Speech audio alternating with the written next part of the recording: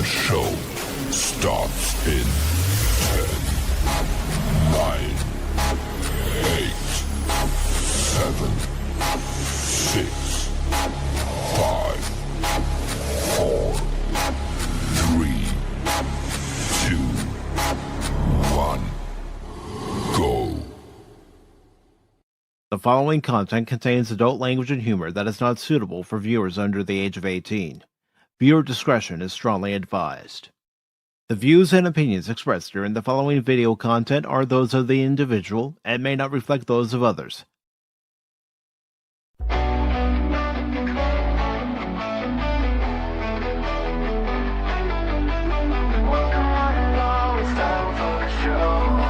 Pacific414 Pop Talk is here.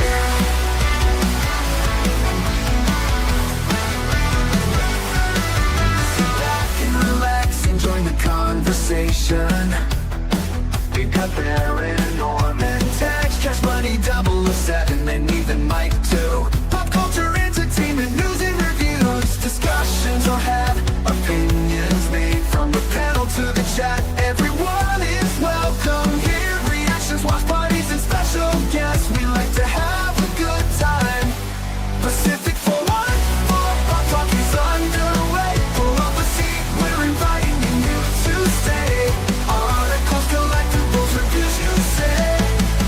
cash and light, bring the fun tonight. Now sit back, relax, enjoy the show. Don't forget to like or comment below. We almost forgot to share out the show. Pacific414 Pop Talk is one of a kind. It's true.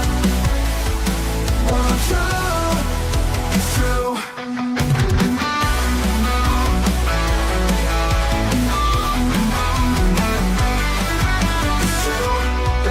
Relax and enjoy the show. At last, Castle Grayskull is mine!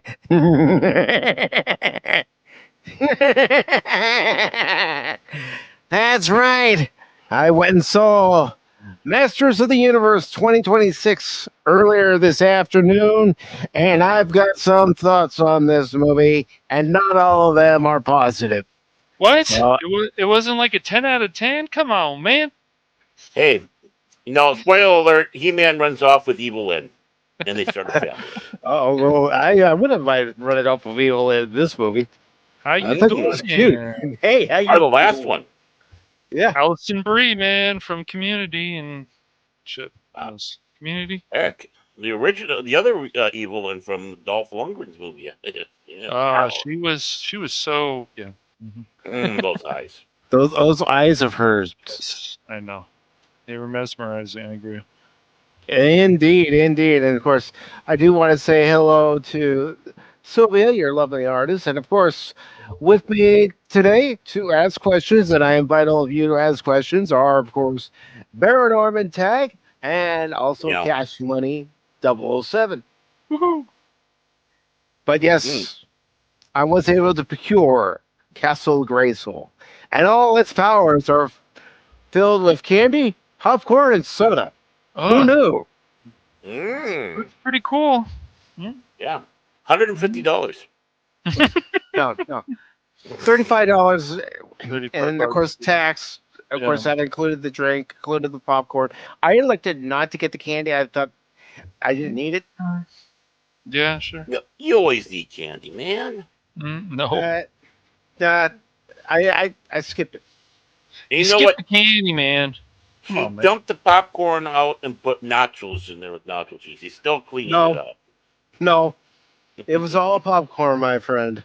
But yes, I will be giving my thoughts and opinion on Travis Knight's direction for Mattel's Masters of the Universe. Toy franchise that I have a long history with. I was just a wee lad of 3 years old when the toys first came out, and of course, when the Filmation animated series came out, I was 5 years old. I still have my Masters of the Universe book that my mom had gotten me so many years ago. I mean, I'm trying to be careful with it too because the pages are starting to come out. So, Mm, That happens. those bad binding jobs, yeah. well, also the thing is over 40 years old. Yeah. Well, I suppose, Yeah, yeah. I have one of those books too, like one of those smaller books, just like the Voltron ones and stuff. I'm guessing. Pretty cool. And Sylvia says that she hopes life is treating us well. Well, how is life treating you, gentlemen, today? I know we were just here last night, but how's today Yeah. treating you? I mean, seems to be all right. Just been reading some stuff and keeping up with things, and just supporting You some read? candidates. And that's right, I do, Aaron. Mm. I read bad things about you earlier. No, but Well, there's a lot of bad things about it. I read some stuff also online about this movie that made me roll my eyes, and just it's one of those things where people are like, "Well, I haven't actually seen it, but I heard from this guy, from this person." This okay. Well, I'm trying not to be one of those. Well, I heard from this person. I heard No, from that man. person. I heard from this channel. I No. heard from that channel. I actually did go and see it today. Mm-hmm. And my thoughts are this. It starts off. I didn't get a chance to see anything. Well, I'm sorry. Go ahead, Barrett. I'm sorry. Wow. Cassius is like, okay, forget you, Baron. Wow. Recovering from my dominatrix today. They beat me up. Other than that, back to you, Mike. Yes. Evil-Lyn and Teela. I hear they're chiropractors now, and they're in business together. Ah, PT, you boob. PT. Okay, Mike. I keep looking at this Castle Grayskull, and I'm like, does it actually also open up, and you can put? Yes, the drawbridge does open. You can pull the popcorn out Oh, from the shit. drawbridge. That's pretty cool. $35. Huh? Better be Yeah. careful. Cash might move in. No. And okay, no, It's a you Castle probably Grayskull. won't be able to see my mouse cursor that well, but Yeah. behind the first tower on the left, that's actually Mhm. the cup. Oh, okay. And there's a button on the side that you press to release it, Oh, nice. and It you fill brings it up. out into the air, spills all over the place. Yep. No. It did come with a plastic straw. I decided not to keep it because all it's going to do is get dirty. Fair. Yeah. Yeah. But the lid, which is right here where the crest is, Yes. you lift that up. You can put candy in there, of course, if you wanted to put candy in there. And, Nice. Like that. but like I said, I didn't think I needed the candy, so I elected not to get the candy. You can get candy some other time, I'm sure, if you want to. Skittles. And just know, folks, with this review, there are possible spoilers. I might have to go into a little bit of spoiler territory to further explain parts of the plot. What? Dun, Okay. I'm just gonna rip the Band-Aid straight off. Oh no! Oh no! No! No! He-Man! It's getting waxed, chest waxed. Okay. The movie starts off with a narration, at least you think it's a narration from Adam, talking about when he was 10 years old on Eternia, what he had to do, prepare to become the prince of Eternia for his royal duties, but also be able to defend himself. He goes through a drill with Teela, men at arms, and a few kids. But as this is all happening, then there's the attack by Skeletor and his forces, which leads Queen Morena to take Adam after King Randor is captured. Like I said, spoiler territory, so that's why I'm ripping the Band-Aid clear off. But King Randor is captured. Queen Morena takes Adam to go into hiding. There they meet the Sorceress at Grayskull. Of course, there's the pedestal where the Sword of Power is, and Adam is whisked away to Earth, and then he's told not to let go of the sword, not to lose track of the sword. Of course, you know what happens because we've all seen the trailers. Mm-hmm. we've all seen the trailers, and we've seen some clips that have been released this week that have already given plot points away for the movie. So obviously, from what we saw in the trailer, the sword and Adam are separated. Well, Mm. fast forward to 15 years in the future. Hmm.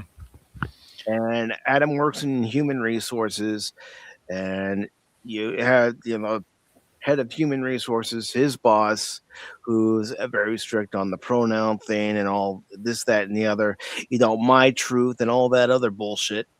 Gosh, all right. And so, Working 9 to 5. you have all that, and she catches him looking for the sword, asking people if they've seen the sword. Well, this one person sends Adam a text message saying, "I found your sword." And yes, guys and gals, the people that work at Adam's company, yes, they do have blue and pink hair. They do talk about the pronouns. Of course. It's there. Mm-hmm. Not surprised. There's no denying it. It's there. But anyways, Adam gets called into the human resource office, his boss's office, and she's saying, Adam, this isn't very productive. Looking for this sword and this, that, and the other. He gets a text message saying that I found your sword, and he says to his boss he's got to go get it, and his boss says, "Well, then you're never going to work here again," and this, that, and the other. So Adam meets this guy at a comic shop, of course. I As saw he's that in in, the trailers, I think. yeah. Mhm. And as he's going through the comic shop, he's asking people, "Do you have the sword? Do you have the sword? Do you have the sword?" And finally, he meets the guy that has a sword. You do see some Easter eggs from the original books that were released for the toy line, the original figures, but they're blurred out. But you can tell the font that says Masters of the Universe. So you have that Easter egg in there. Ooh. So, anyways, Adam meets up with this guy in this comic shop. He goes to where the sword's being kept, and it's being kept by this character called Thrax or something. Thrax. Yeah. And of course, Thrax. Thrax looks like a cross between a Viking, between Conan and He-Man. And the reason being is because that's who He-Man was based off of. If those of you who aren't familiar with the origins of the original Masters of the Universe toy line, is it was supposed to be a toy line based off of Conan the Barbarian. Well, Mattel saw how bloody Conan the Barbarian was, and how the story was for Conan the Barbarian. They decided, okay, we're going to come up with something else. So that's where someone like Roger Sweet, the late Roger Sweet, comes in and creates the characters and creates the lore. And of course, the lore that you got in the mini comics that came in the original toys. Right. Yes. I remember those. And then, of course, it's expanded upon in the Filmation series, because Filmation added a few points of their own, which eventually became lore. Mm-hmm. But anyways, Adam gets the sword, and as he's leaving the comic shop, he's trying to get out of there as quickly as possible. He goes back to the apartment that he shares with the roommate that we've all seen in the trailers, and this roommate likes to watch romantic films and those soft films, romantic films, and comedies and stuff like that. But anyways, he's there, and then of course, remember, guys, when we saw that article from, I believe it was Comic Book News, or it was Cosmic Book News, and you see the officers. Yeah. Well, they come knocking on the door. They arrest Adam, and they really didn't add much. And this is where one of my nitpicks for the movie was starting to come into play, and the comedy. It was too much. Mm-hmm. Too much of the comedy. That's They were trying to be they were trying to be like Marvel. And it's like, no, Mm. I want a Masters of the Universe movie. Yes, Arco was the comic relief. Cringer was even the comic relief. Even the banter between Skeletor, Evil-Lyn, and Skeletor's minions, like Beastman or Triclops, for instance, or Whiplash. Well, to be honest though, Mike, Cringer kind of always was a bit of the comic relief. Well, that's what I'm Wasn't saying. Yeah. That's true. He was. I think about it. But anyways, traffic has stopped, and the reason why traffic has stopped is because Beastman is there. And you want to know how Beastman got there? Because a beacon was sent when Adam got the sword from the comic shop and said, by the power of Grayskull, the sword sent a signal. So they were able to track it all the way to Earth. So Beastman gets sent to Earth to retrieve the sword. Of course, Adam's there. And just when you think Adam's going to get it from Beastman, Teela shows up. And to me, she did feel like a girl boss. Oh no. Yeah. She felt like a girl boss. And of course, she's all pissy because Adam went away. Well, geez, Teela, it was Adam's own mother who sent him away to Earth. I mean, the whole thing is you go back to the cartoon, the original cartoon, you go back to the reboot. There was like teasing going on, obviously, teasing going on in Eternia, and they can't. The whole thing is about Teela, just like the Kevin Smith stuff. That's not Teela. Like Teela doesn't just like, how dare you or whatever. No, Teela still cares about Adam, but Teela wants, from what I remember, Teela wants Adam to grow up to be a good person, a good man. That's why she trains with him so hard. That's what I remember, guys. I might be wrong. He's being trained to become king. That's one right. Day when Queen Morena and King Randor are gone. Yes, exactly.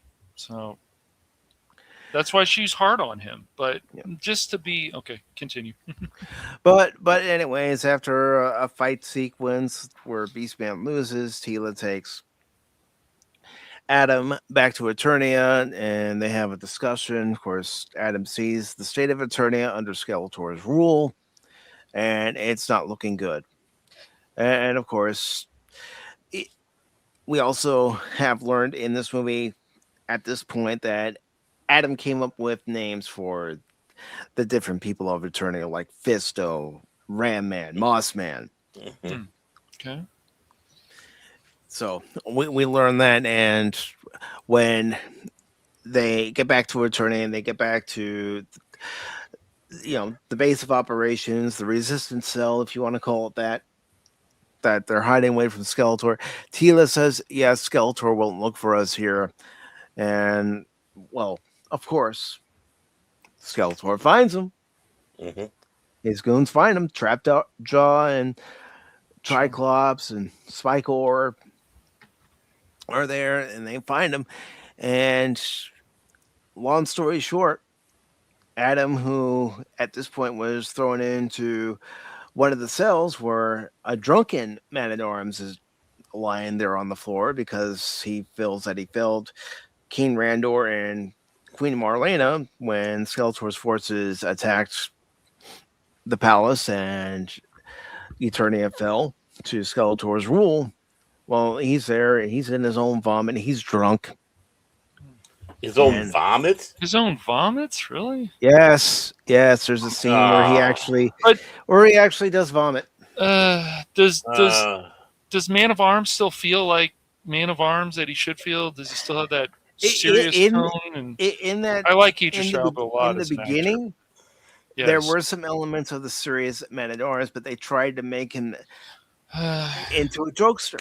It's like, that's not who Man at Arms is. He's the mentor. He's a mentor. He's a serious man. He tries to give good advice, and he's drunk. Okay, sure. Yeah. And he can joke around, but I mean, overall, he's serious. But I hate to say this, a lot of what you just sat back and said, Mike, almost sounded like the animated series by Kevin Smith. Teela is mad at Adam. Mad at her father. Yeah. Mad at her father. He feels he's failed and ran away. It's like this is like did he copy and paste from Kevin Smith? It did seem like a deja vu of Masters of the Universe Revelations and Revolutions, and with Teela's attitude toward Adam, including her attitude toward Duncan, and then you have Kristen Wiig as Roboto. It's like, oh, give me a break. She's not funny, and Roboto's not supposed to be funny. Roboto's supposed to be, a reinforcement against Skeletor. The good question is how many hours did these people actually watch of the original show or even the reboot? I don't know how much of the original '83 cartoon from Filmation they watched. I don't know how much of the Mike Young Productions show from 2002 that they watched.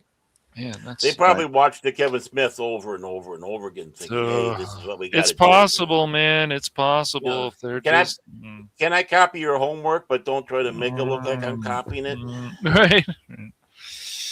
But anyways, Skeletor's forces are attacking. Roboto has been turned into a pacifist because Man-at-Arms removed a part from Roboto. Well, Man-at-Arms decides he's going to reinstall it after letting Roboto know, I've had this piece the whole time. So Roboto breaks him out. There's a fight. Trapjaw's coming toward Adam because Adam has the power sword. And Adam tries to talk to him. It's joke upon joke upon joke. Yes, there are some good fight sequences. I will give the movie that credit. Okay.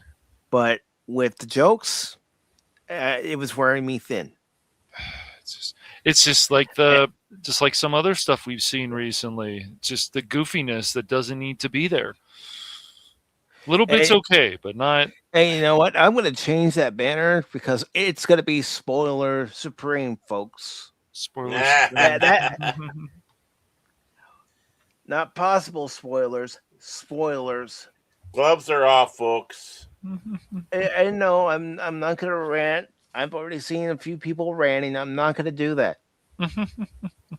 But I am going to say, I am very glad that I have that $4 off coupon from Fandango, and I used the Fandango gift card to go see it. So, there we go. So, anyways, Adam tries to reason with Trapjaw and Skeletor's minions, and Skeletor is there too. In this, resisted cell. Well, then something happens that never happened in the '83 cartoon by Filmation, never happened in the 2002 cartoon by Mike Young, but we know it happened in the Kevin Smith Netflix show. That's right. The first transformation from Adam to He-Man is in front of everybody. No. Yes. Absolutely not. Yes. It is in front of everybody. Use a phone booth at least. There you go with that. There you go without that mystery again. Got a spoon feed. So he turns into He-Man. They manage to have a little bit of a fight. They manage to escape. Of course, the Wind Raider, because that's probably what it was supposed to be, that they're aboard, even though it looks like the one jet from the Avengers. The name of it is escaping me at the moment, but the Quinjet. Yeah, the Quinjet. But anyways, they get into a fight. There's an air fight, and Adam, now He-Man, fights off the guys that are chasing them. And of course, they crash land because their right engine gets hit, and they're there on the ground. They're talking, and then at one point, you see the scene where Teela needs help lifting up the Wind Raider, and Adam lifts it up and says, "Oh, this is quite heavy." Where we all know He-Man would just lift it up like it was no problem. Yes, he's the most powerful man in the universe. Right, that's the whole point. Yes. Yeah. And Teela is a little smitten when she sees that, but it doesn't last long. And in the meantime, you have Skeletor who makes a speech reminiscent of the '87 movie, Good. as far as it being a hologram of him being projected for all of Okay. eternity to see. And Skeletor makes a speech, and Adam is feeling depressed because he couldn't have been there to Mm. help his parents because he was whisked away to Earth.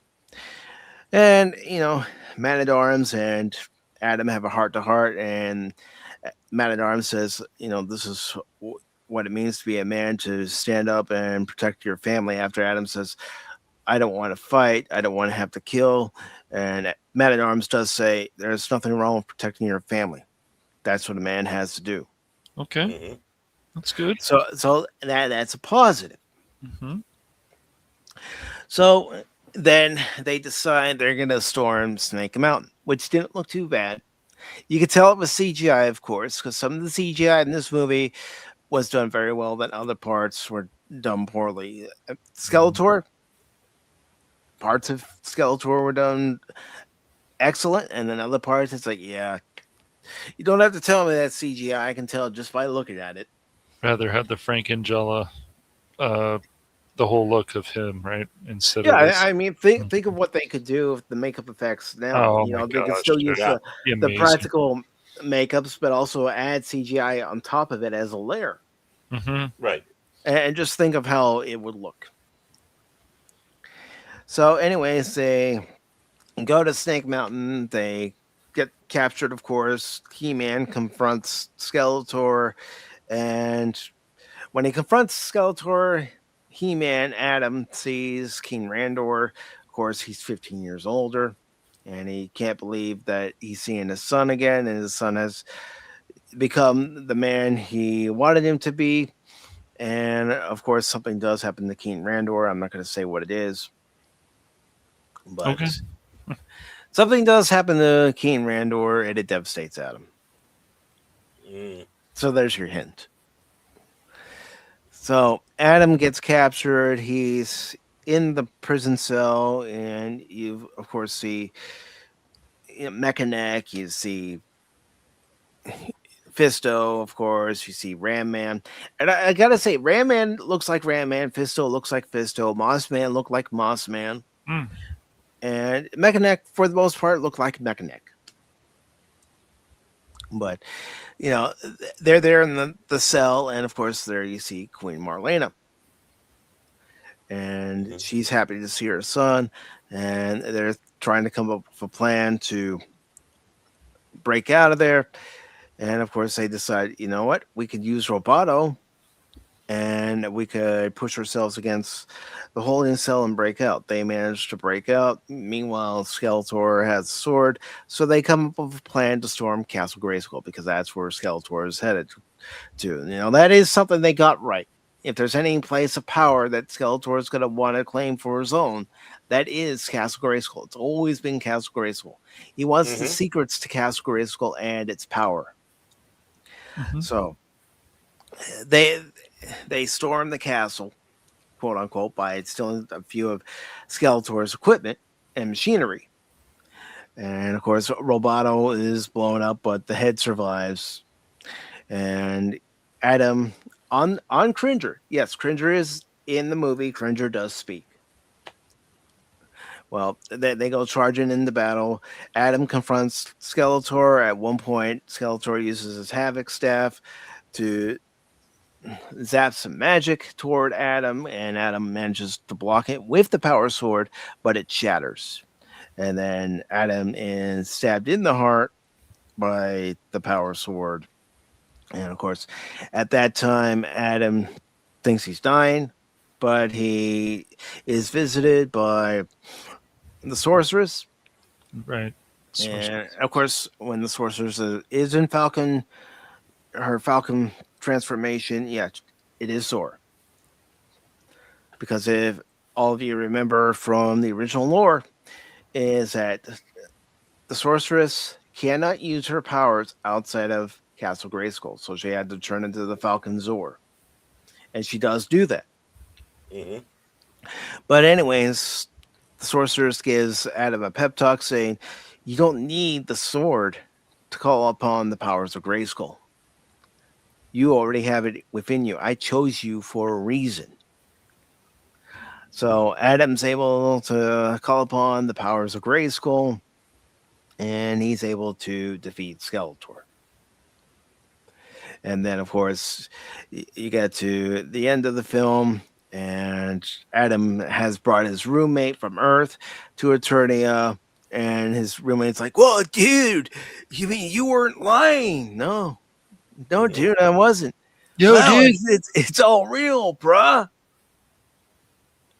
And then, of course, Roboto, who's been rebuilt, says we're getting a distress signal, and Adam, who is in a costume that's reminiscent of more the 2002 series than it is the 83 series, even though it does have the pink vest. Yeah. But Adam says, "I think we need to go change," and looks at Cringer, and Cringer does say, "Oh, do we have to?" Hmm.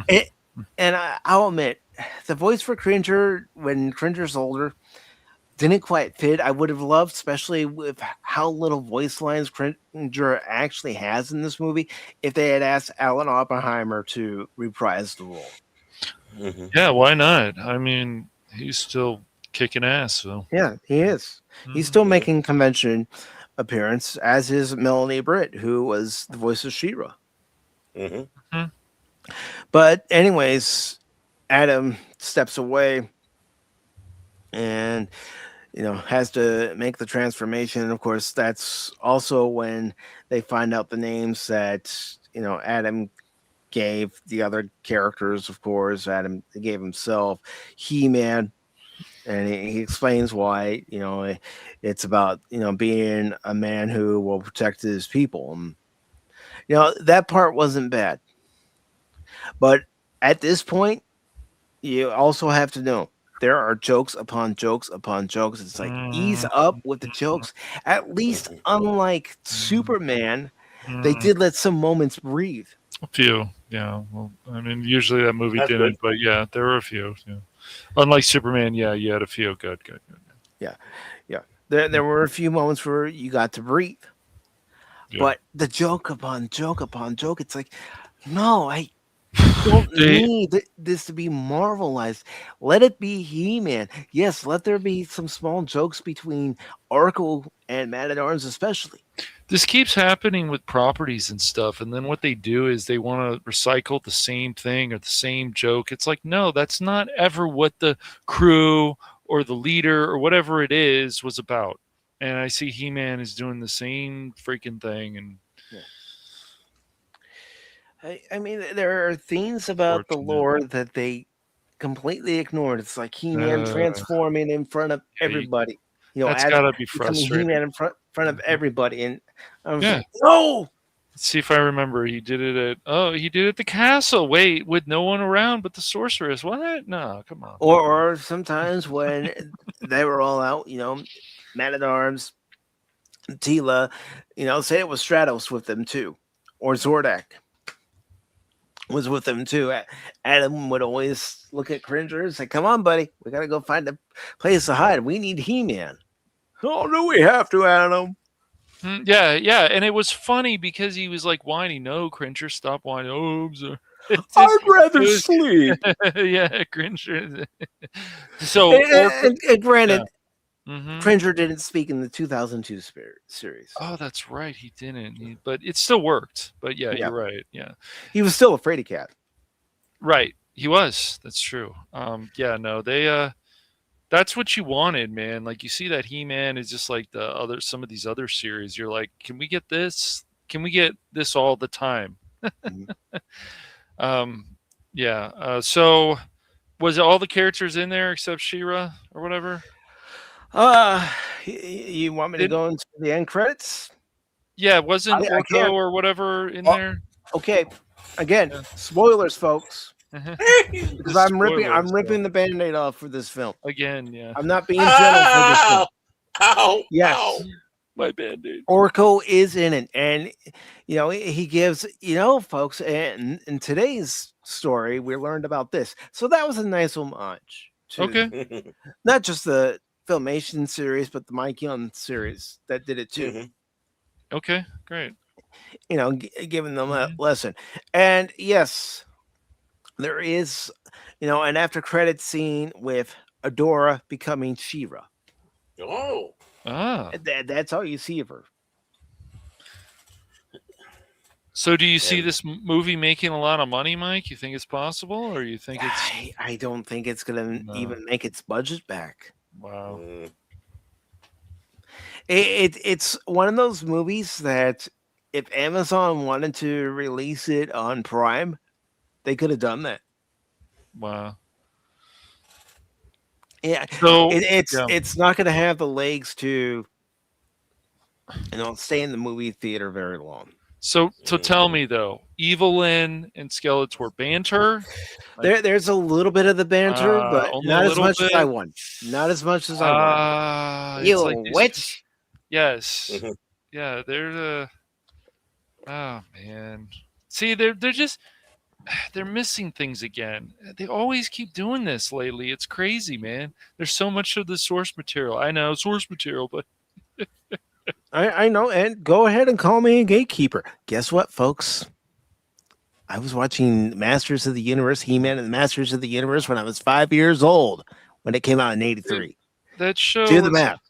That's 2002. Just, I don't know. I feel like we need to do like maybe a watch party of the 2002 show, or even maybe the original, I don't know, or both or whatever, but just so people can see, look at this and then look at this, compare this. But so what do you think, Mike? Do you think Baron and I might like this movie? You think it might be worth it? That's the thing.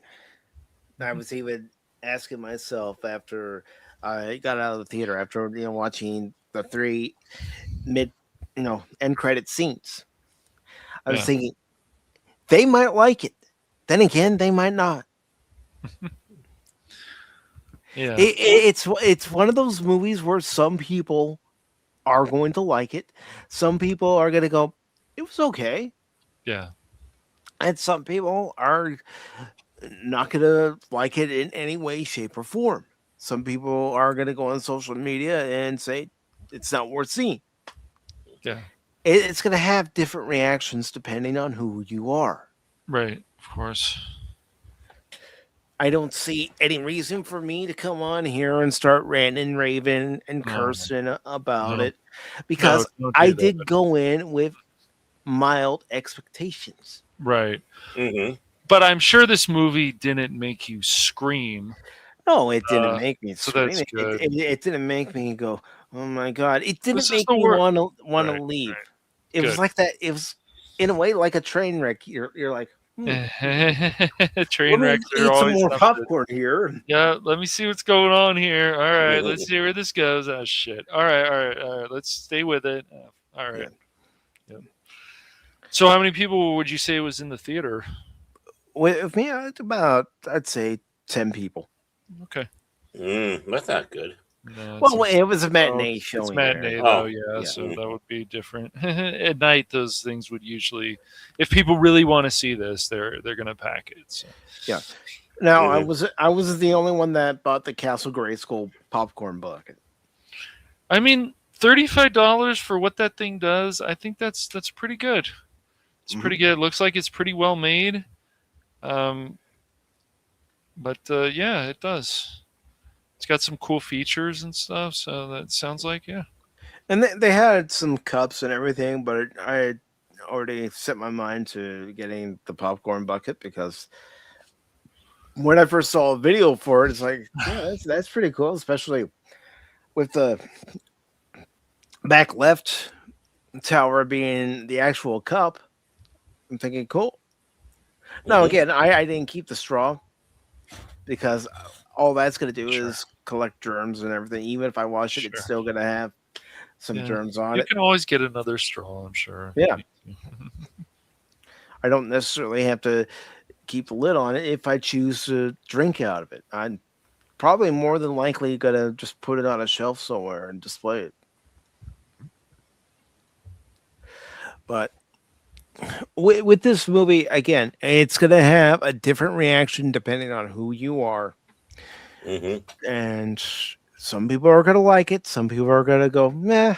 And some people are going to be like Skeletor, you dimwit adult. So Jared Leto. Now I've heard already that he's better He than gives a what good he was in performance. Tron. Okay. He gives a good performance. Yes. I'll give him. Do you, You don't even know that it's him. Good. So you don't think he's going to hurt the film with everything that's been going on with him? No. It's again, he gives the performance as Skeletor. You don't see Jared Leto, the actor. The only way you would have seen Jared Leto, the actor, is if they had a flashback scene of Skeletor, pre-Skeletor, when he was Keldor, before he was turned into Skeletor. Right. So Alison Brie, did you feel she did a good job as She Evil-Lyn? did an adequate job. I mean, Okay. hell, Skeletor, move out of the way, dude. And Camila Mendes was okay. I just felt that Alison Brie could have been Teela. Yeah. Camila Mendes could have Sure. been Evil-Lyn. Right. Right. The backwards casting. As I mean, we talked about before. Yeah. right. Yeah, We're we did. yes. Yeah, it's unfortunate. So she was a girl boss. I'll have to check that out sometime. But that's very unfortunate. Teela was never exactly considered a girl boss, and she didn't just get mad at her father because I was lied to, like the Kevin Smith stuff. So how much of the Kevin Smith stuff do you think was in this movie, Mike? There wasn't a lot of it in there, but there was just enough, especially with the Teela girl boss thing, that I picked up upon. And granted, somebody gonna say, well, Teela did boss Adam around in Sure, but there was cartoon. a reason She for did it. boss him around in Yes. the 2002 series. Yes, But there was a reason for it, though, and a good reason. She's the captain of the guard. She wants That's the right. prince to be That's right. as battle ready as anyone else. Man at Arms wants the prince to take his duties That's right. as the Prince of Eternia seriously. Yes. Right. That's what she wants. That's what she's always wanted. Yes. Mhm. But the thing is, whenever characters get bossed around, men or women or vice versa or whatever, there needs to be a good reason for it. And there was actually a good reason for it in the cartoon, in both cartoons. So that's so she just was like complaining to Adam when she didn't need to complain. There wasn't a good reason usually. Complaining to Adam about things, complaining to Man at Arms about things. I mean, Man at Arms was down on his luck because he felt like he took the blame for failing King Randor and Queen Marlena. Right. I mean, there was that, obviously, even in the 2002 show, there was that. But getting drunk but did you feel like Idris Elba, would you have picked him as Man of Arms? I would have picked him as Zordak. Okay. Zordak. Okay. Yeah. Zordak. I'll bring him up. Bring him up. Bring him up. Bring him up. So just give me a second to bring him up.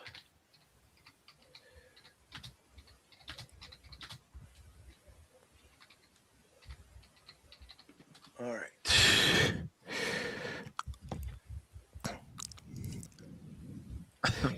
Yeah.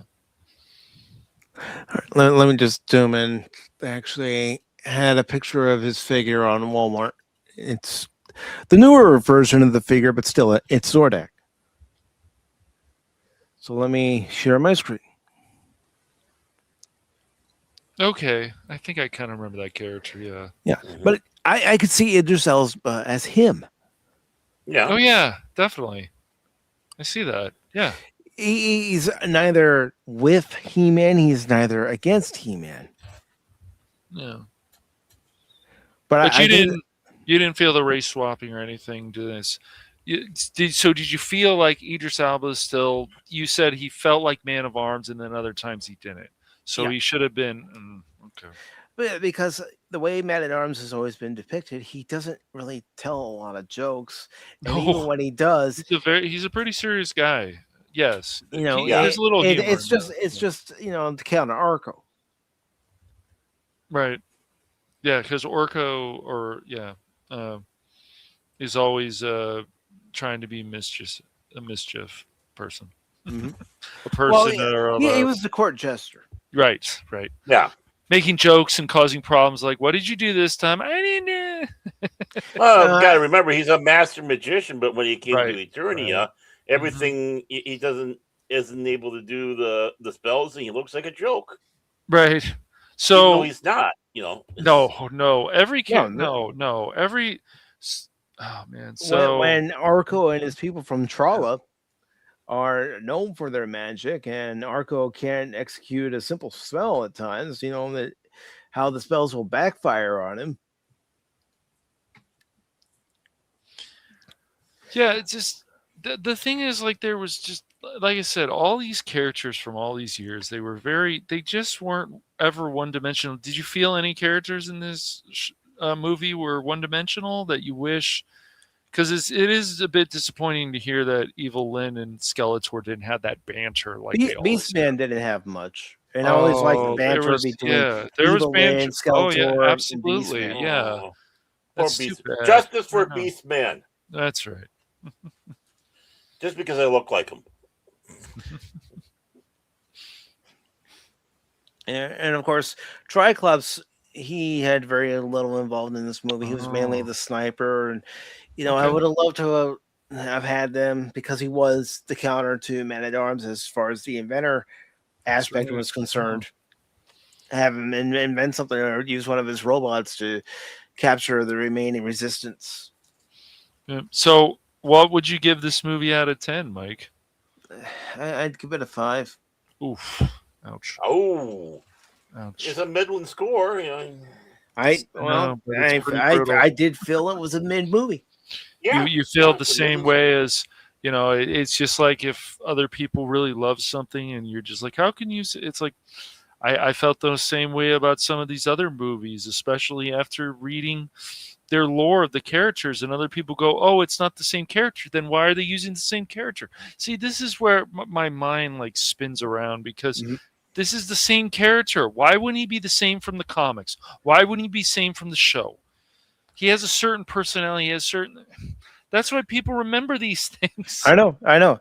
There are certain character traits that each of these characters have. Right. And whether it's Stratos, whether it's Mossman, whether it's Mechaneck, whether it's Buzzoff, every character has a certain trait, and They to go by do. that trait. But like I said earlier, you and Baron could watch this movie and have a totally different opinion to it than me. Possibly. I don't know. Mhm. So the Earth stuff, did you think it was necessary, or did you actually like? Would you have rather? I Like would have rather the movie had taken place all on Eternia. Mm-hmm. Figured. Their Earth stuff really didn't help the movie. Yeah. It was just there. It seemed like it was there for maybe 15, 20 minutes of the whole movie. Mhm. I mean, as soon as they got there, it's like, okay, can we just get back to Eternia? That's They need to be there for blue hairs and pronouns. see, yeah, they had to put this. This is the problem, because the thing is, like, you got to understand. So Travis Knight, you don't feel he completed. I don't feel that he did the service that he did for Transformers when it came to Bumblebee. Okay. I mean, I thought Bumblebee was good. I wouldn't say it was spectacular, but yeah. I wouldn't say Bumblebee was the movie that made me go, wow, that was great. No, because it was. as I've said before, bad, the parts of Bumblebee that I really enjoyed were the parts on Cybertron. Right. Mhm. Yeah. Now, for this movie, it seemed like he, along with Amazon, were really concerned about getting their pronouns in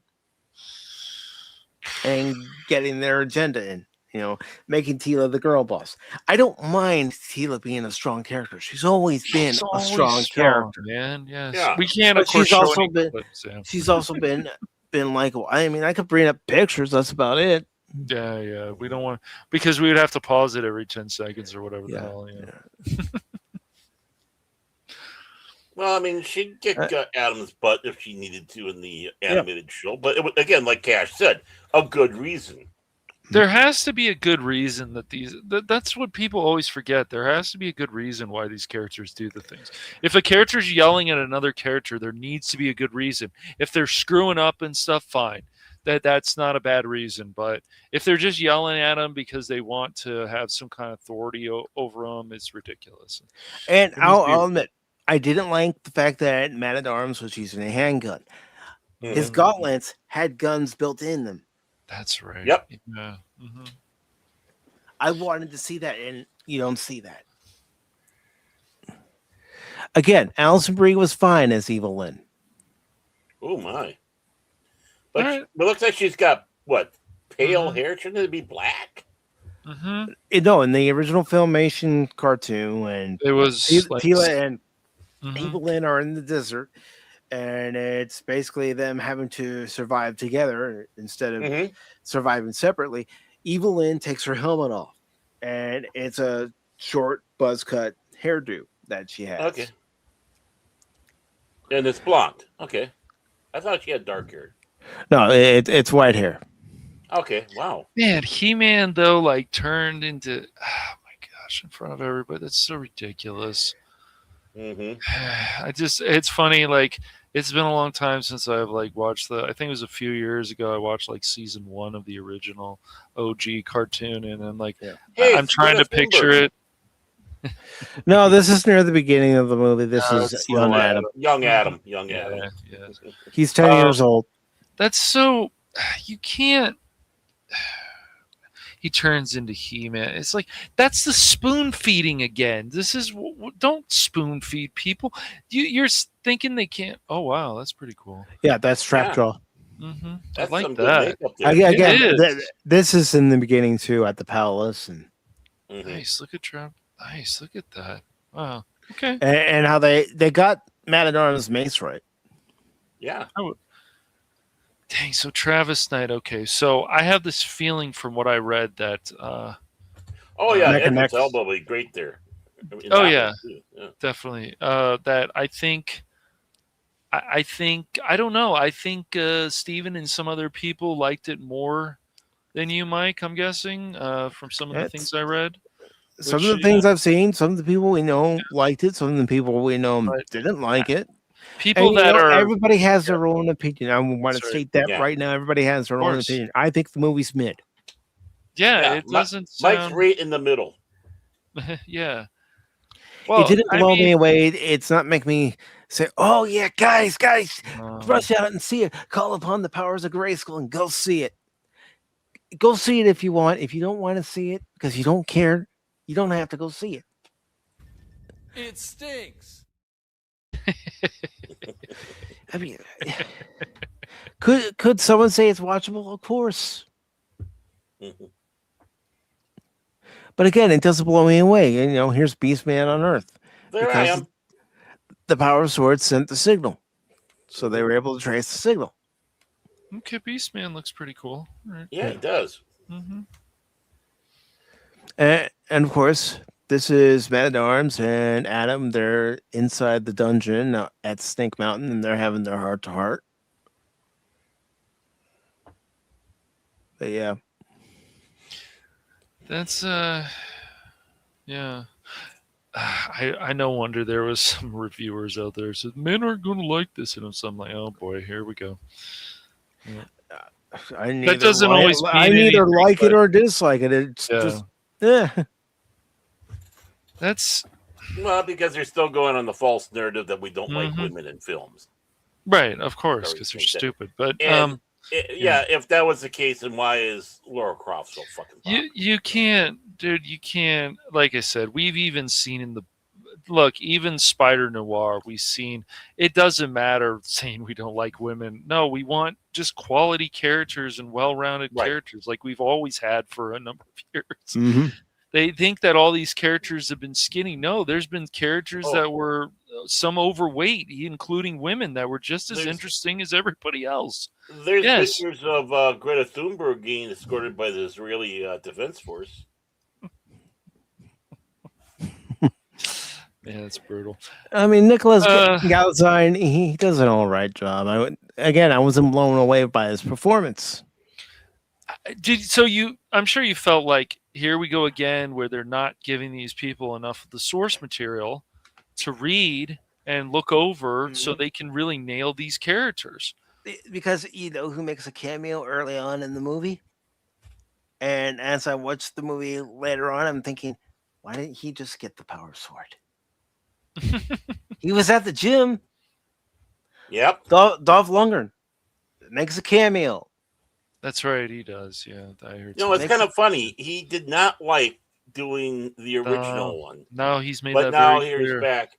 And yeah, but now Might he's have in paid this him a one, lot of money, dude. Might have paid him a lot. or he softened his view, or he softened his up a view, bit. right? Which is fine. But too. he was saying about how this guy did such a great job. So, Well, I I don't mean, it's the same with what is it? Harrison Ford thought the guy who played young Solo was pretty good, so I think he picked him. So I mean, if it's the same Well, thing, he what didn't about pick Ray? him.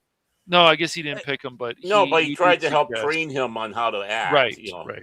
what you gotta do is really gotta get a lot of You got to get a lot of weed. Up, man. I know we're supposed to stick to He-Man. Yeah. Let's stick to Masters of the Let's Universe, get back guys. to the universe.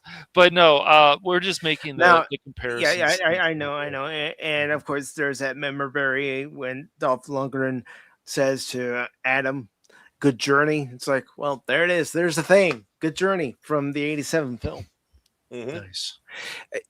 And you know, you do see some homages other than Dolph Lundgren making his cameo appearance to the '87 film. And if I'm gonna compare the two, I know people say you shouldn't compare apples and oranges, but since they're both masters of the universe, yeah, I'm gonna stick with the '87 one. That's a guilty pleasure for me. People like Critter. It really is not a bad film. It really is not a bad No, film. it's just it's goofy, but the funny thing is it still has values, surprisingly. It does. The best stuff, of course, is Eternia, and of course Skeletor, Frank Langella is great. He's great. Right. He's the best thing about the whole movie. It's great. Dolph Lundgren isn't bad, and like I said, go ahead. And to the movie's credit, it doesn't really slow down that much. Good. To where So there's too many low points. It does have a good pace.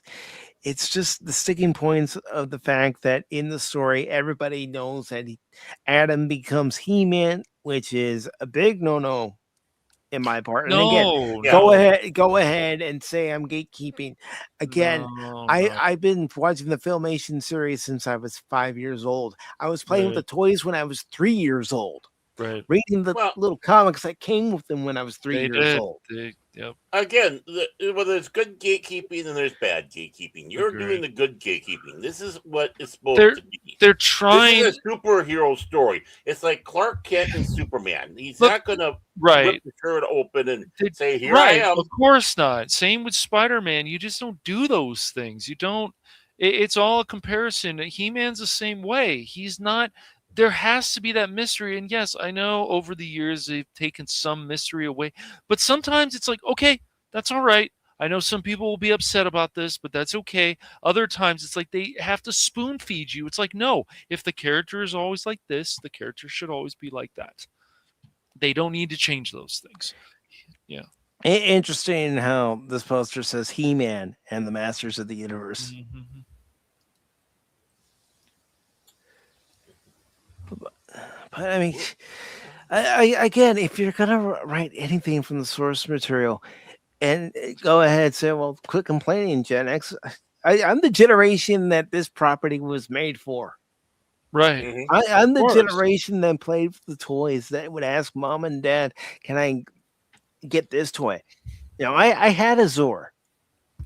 I had the Sorceress. I had Man-at-Arms. I even took some paint that my dad had and put a mustache on my Man-at-Arms.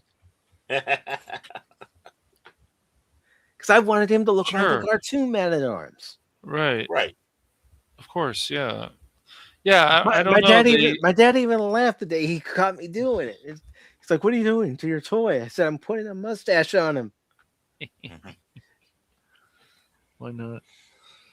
Yeah. That's the whole thing. It's like Man of Arms. It's like, dude, if you watch any of the cartoons, watch any of the, you can see how much of a serious man he is. He doesn't Right. just sometimes he makes jokes, but he's usually quite serious, and there's nothing wrong with that. He's a soldier. He's a soldier. He's essentially the head of that's right. the Royal Palace Secret Service. He's very He has serious to about protect things. the king and yeah. queen, and he expects those under him That's right. and serving under Teela to do what they must to protect the king and queen and Prince Adam. So there But- really wasn't. Was there any really training in this, or like they guess they didn't need it, or they felt they didn't need it? Was there any training that they showed? There's in the beginning, there's Uh-huh. young Adam and young Teela and Okay. other young boys and girls who are learning how to defend themselves. Okay. Well, that's something. All right. And that was a good scene, Yeah. right? It was a good Okay. scene. And of course, you have an interaction between King Randor and Adam. Good. And King Randor is disappointed in Adam because Adam, of course, is smaller than everybody else. Right. Of course. So, he wishes Adam were able to defend himself better. And also, Adam, just like in the cartoons, he would get distracted. Yeah, that's what he did. He wasn't sure he really wanted this. That's the whole thing. And you need to step it up. Teela didn't say the word "step it up," but that would be funny. And since this has all been spoilers, I'm not going to do a non-spoiler part and then spoiler part. I'm just, like I said in the beginning, I'm ripping the Band-Aid off, folks. You don't see much of Battle Cat. That's unfortunate. Yeah, that's. You see Cringer, but you don't see Cringer as Battle Cat that much. And how long was this movie? About an hour and 30? 2 hours, 13 Oh minutes. wow, okay, that's pretty good. Or so. Let me double check. I mean, again, I didn't feel 140. 140 minutes. I didn't feel like I was bored That's because the main scene was good, but I was rolling my eyes. Yeah. So the Earth stuff you felt was all stupid, or did you kind of like some of it? It was unnecessary. It was completely unnecessary. It didn't really help the story that much. Oh, yeah, someone could say, but Adam was looking for the sword. It helped him find the sword. You didn't need to have Adam go to Earth. You could have gone to another section of Eternia that Skeletor's evil magic couldn't break. Right. Right. Man of Arms threw up and he was in his vomit. Oh my goodness. Yeah. That's I'm just gonna stay here and lay in my vomit. Yes, he does say that. Oh, jeez. That's instant point loss. Come Right on. there. Come on, Idris, man. No, dude. Come on. Well, it's not him. I know he's just telling, but It's the people that wrote this I movie. know. Mm-hmm. But still, we know that actors have also said, "Look, this is not what the character is. What are we doing here?" Well, I laugh when Travis Knight says, "Yeah, I grew up on this property." Boy. I didn't necessarily grow up on it, but I watched it when it came out in '83. And what made me feel really old was one of my dominatrix. I told her, I said, about while I was talking because the long suffering was here with me, and that I was going to be talking about told her I was talking about this with you today, tonight. And she goes, but there's Banana Boy. I said, well, it's not going to be that long. And then she started laughing. You can always watch it later. You can always watch it later, man. I know, but and then she started laughing when I said it's going to be shorter. But then it really hurt. The main one, the pretty one, she says back, goes, yeah, my dad had all the toys, and when I was younger, he let me play with them. And I'm sitting back nothing wrong with that. Nothing wrong with no, that. No, nothing wrong. No, I think that's great, except for one awesome. thing. It really made me feel old. It's like the one who's beating me up is young enough to be at least my daughter. Maybe she thought she was She-Ra. You never know. Never know. Yeah. She-Ra. So you think this movie can make enough money, including? I guess it would have to be. It's not gonna make its budget back. So there won't be a. Could they actually get a? I'm saying this like the subscription stuff. Is it possible because of that they could get a sequel? It it's such a stretch, Cash. I bet. I don't think it would do well enough on a subscription service. I don't think it would do well enough when it's available to rent. Yeah, I mean, it sounds like they're setting one up, but Yeah, they do set it up. But just like the did with the '87 film where they set one up, it's probably not going to happen. Yeah, Well, and I don't expect that 7.0 score to stay there too long as the weekend goes on. I am thinking that's going to go lower. Yeah, And- what about the music? Was the music The music was good. Brian May and the people that were responsible for the music actually did good. good It's stuff? like I was telling you guys backstage. There is the orchestral version of the original theme, Mhm. which to me Nice. sounded beautiful.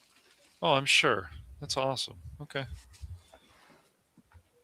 The bestest ever. The best is ever.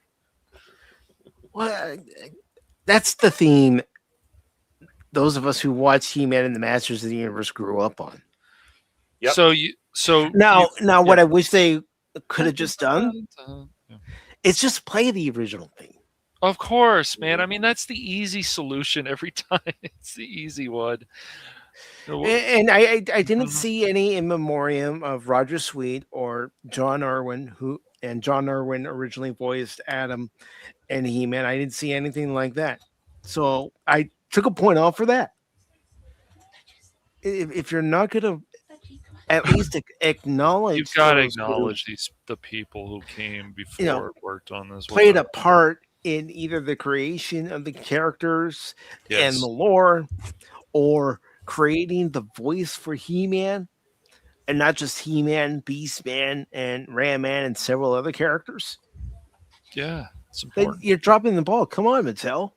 Yeah, you can't. You got to show those people.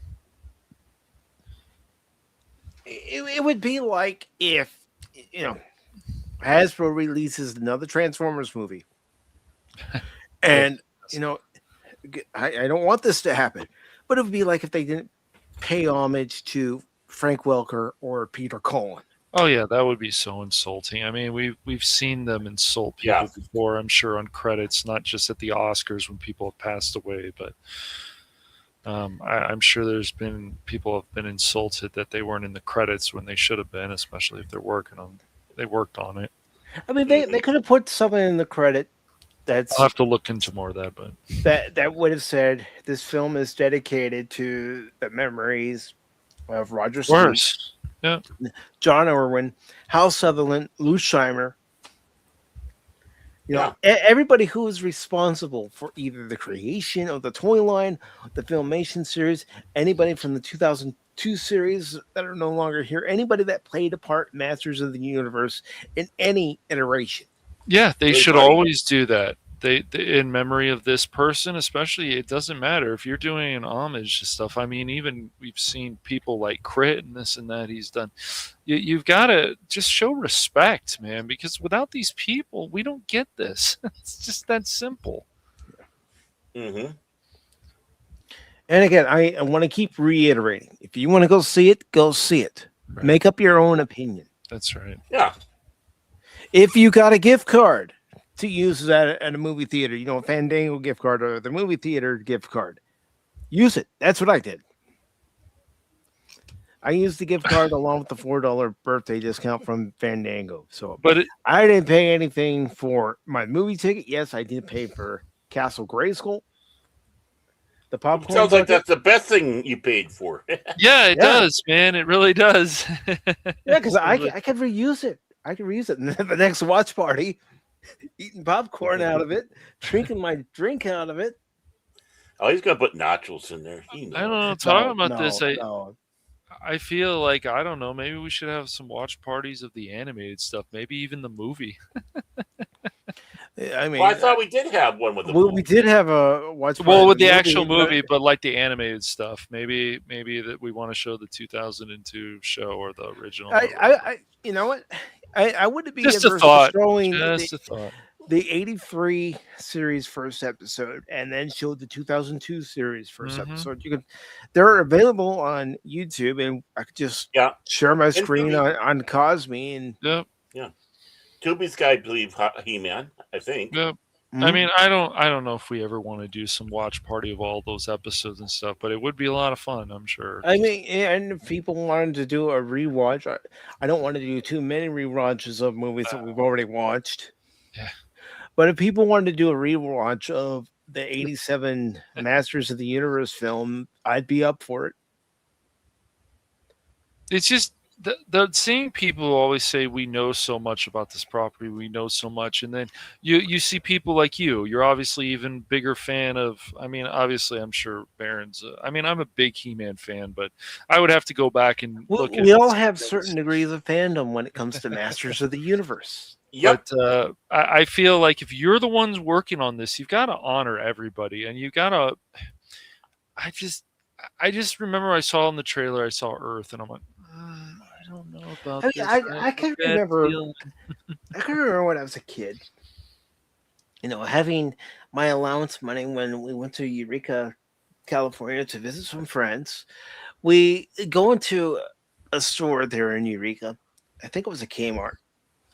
And on the end cap, they had, of course, Masters of the Universe figures. And I'd been looking for Evil-Lyn. I had Teela. I wanted an Evil-Lyn to be with my Skeletor. We've all been looking for Evil-Lyn. And I found her. And I had just enough money to get her. Yeah, she had if it's the figure I remember, it had like some kind of like yellow skin. Yes. Mm-hmm. And the thing about her wand, if you turned out the light, it actually glowed in the dark. Yeah. They cool. put in some clever features in those original toys. Heck, I wish I could have found it before tonight's stream, but there's a picture of me when I'm a kid, and I have He-Man's shield on and the yellow glow-in-the-dark sword. Power sword. Because a lot of the people back then, it seemed they always had. There's still people who make some quality toys out there, but yeah, there are. There used to be, and we've had discussions about this before. It's like I wish there was more. There needs to be a push. There needs to be. We had toys where you could rub the like middle of the character, and they have like some kind of the rub sign that were on Transformers. Yeah, action there were figures. that. There was these beast things. I remember there was always these cool looking toys, and definitely He-Man. Those toys were well made. They looked nice. There was a lot of love put into those for sure. Mm-hmm. The faces look good. I mean, but what do they do? Travis Knight tells us he's a super fan, just like we've heard with some other people. Okay, then prove it, dude. Like Jar Jar? Even those of us who would consider ourselves super fan, you know what I'm going to do? I'm going to go to Mattel's headquarters and I'm going to say, give me every ounce of information and resource you guys have on He-Man. Right. No matter how much I think I know, I don't know every single thing. That's right. You know, you just gotta follow the source material a lot. Yeah, people are always like, oh, well, I don't want to see if it's in the comics. I don't want exactly like the comics. No, you don't have to do that at all. But you should follow enough of the source material to say, fuck, you know, they really nailed a lot of stuff. That's what they're supposed to do. And it's disappointing to hear Idris Elba. I mean, I'll probably watch the movie sometime, but he's he's a really good actor. And I understand he's given that, but again, just like with Superman, I'm Yes. willing to do a watch party. Now, granted, I didn't see Superman in the theater, but when it was available on digital, we Yes. did our watch party of it. And, you know, I had Yes. my thoughts on yes, me too. Superman 2025, and they weren't in the movie's favor. Well, if No. you guys, and you know what? I'm just going to go ahead and say it. We'll do a watch party of it because I want other people's opinions, not just my own. All right.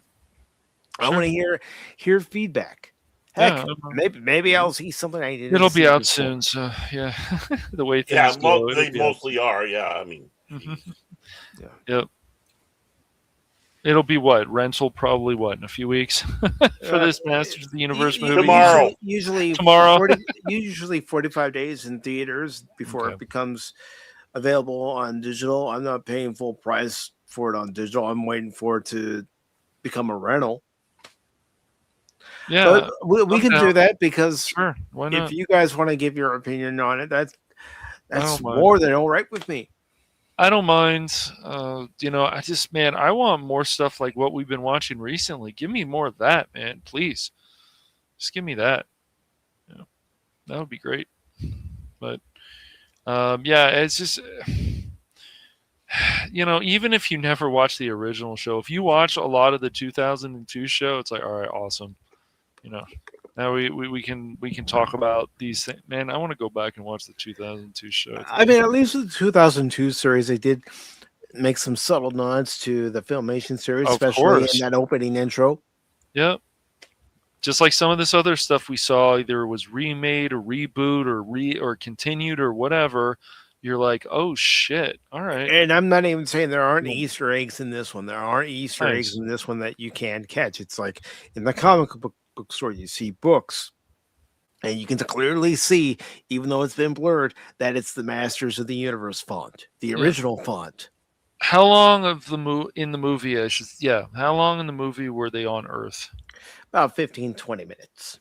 It's not too bad, I guess. You remember how you had asked me the other day, how long do I think it's going to be on Earth? And I had told you 30 minutes. Well, obviously, 15 to 20 minutes, you can shave off, especially at 20 minutes, that 10 minutes. You can shave off, yeah. But again, I yeah. don't think the Earth part was all that important. It's Eternia's an interesting magical world. You could have hidden Adam somewhere. That Skeletor's evil magic, Evil-Lyn's evil magic, and anyone else's evil magic doesn't have the effect. Did it have the same? I'm trying. I think from either the original or 2002, they have the same with the way the Sorceress and Adam talk to each other, and Adam's like, I don't know if I want to do this, and the Sorceress, There were moments, especially when the Sorceress was Zor, where she telepathically communicated with Adam. Awesome. Okay. I wish that the Sorceress costume was her in Oh, the feathers one, the feather costume, with the white, like the original so nice, toy, so beautiful. With the white dress, and you had the blue sleeves, and then you had the orange and blue feathers. Come on, yes, let's go. But it was more of a dress, and then as the veil went down, it had the orange and blue, and of course it didn't have the crest of Zor on her head. Oh, that's unfortunate. Little details. I mean, the headpiece, they tried to make it look like it, but it's like, no. Again, pay homage to the source material. If my webcam was working properly, which I'm gonna have to, troubleshoot it after this stream, I would have grabbed my Masters of the Universe classic figures. Nice. That's the whole thing. Like, I don't understand with these shows. Like, they change these outfits, and it's like, no. You're worried about this? No. Is this too sexy? What are we doing here? No. These are great outfits, so let's keep them. They're great outfits. All these different shows had great. You just see the unique. That's makes the character more unique because of the outfits they have on. It's there was, and this is toward the end. I did feel that they were more mocking it than paying homage. Was having the characters standing around and doing their last, but doing it like they did in the old Filmation series. And it felt more like they were mocking it. That being playful with it as an homage. But again, this movie doesn't make me rage. That's good. It doesn't make me upset. It just makes me go, huh? Yeah. Why are we doing this? Yeah. Yeah. Okay, why was this interesting? Well, why is there this pronoun stuff that there doesn't need to be in a freaking He-Man movie? It's like, come on. Why does He-Man need to first be treated like this, and other people be like, oh, because of this and this, and I'm like, that's great. And you know what? If you feel differently about it, say something in the comments, whether it's during the stream or after the stream. If you like the movie, I'm not going to go after you and say, Oh. "How dare you like this movie?" You No. have your own opinion. I have my opinion. Well, I know one thing for sure. This is what I gotta say so far. That's right. I said, I ain't giving you no tree fitty, you goddamn Loch Ness monster. Get your own goddamn money. I gave him a. So Again, I don't think it's going to be that summer blockbuster hit. Well, it's just I didn't even think it was that big summer blockbuster movie like we used to get. If it was, Yes. it would have been more sword and sorcery. No, of course, man. But how were there enough action sequences? Did you feel? Yeah, for a the He-Man movie? action sequences were fine. Some of them were choreographed well, in my opinion. Some were choreographed. Yeah. You know, it's like, wow, you can completely tell that they rehearsed this over and over again instead of, you know, once the director called action and knowing all their marks to get through it and make it look flawless. it wasn't like Ray and No, it wasn't that bad. just It wasn't bringing that back bad. and No, forth. no, it wasn't that bad. And they say that's the best fighting that they've ever seen. But did they have a battle ram? No battle ram. Mm, Like I said, the jet that they had on there was okay. probably supposed to be the Wind Raider, but you Yeah, know, I it looked more like wondered a Quinjet. I wanted a battle ram. They did have a sky sled, although it took me out when it actually had motorcycle handles because that's what they look like. It's like, no, the handles are where they can stick their hands inside and control it that way. Mhm. It's because of the way Eternia works. Eternia is different from Earth. That's for sure. Yes. And don't get me wrong, there's some scenery back on Eternia that's just as bright and vibrant as it was in the Filmation cartoon. Good. I would hope so. And again, you wouldn't even know that it was Jared Leto as Skeletor. It could be any actor as Skeletor. But I'll be honest. Just like in the original cartoon, just like in the 2002 series, I wish the voice was just a little bit high pitched, a little nasally. Yeah. You flea bitten fur faced boob. Yeah. Yes, Baron, I'm looking at you. What? Yeah, no, I agree. He's got a high voice, so yes. Quiet, you dim-witted dolt. I ain't got time to bleed. I told you, fur face, stop watching Jesse Ventura. He's my spirit animal.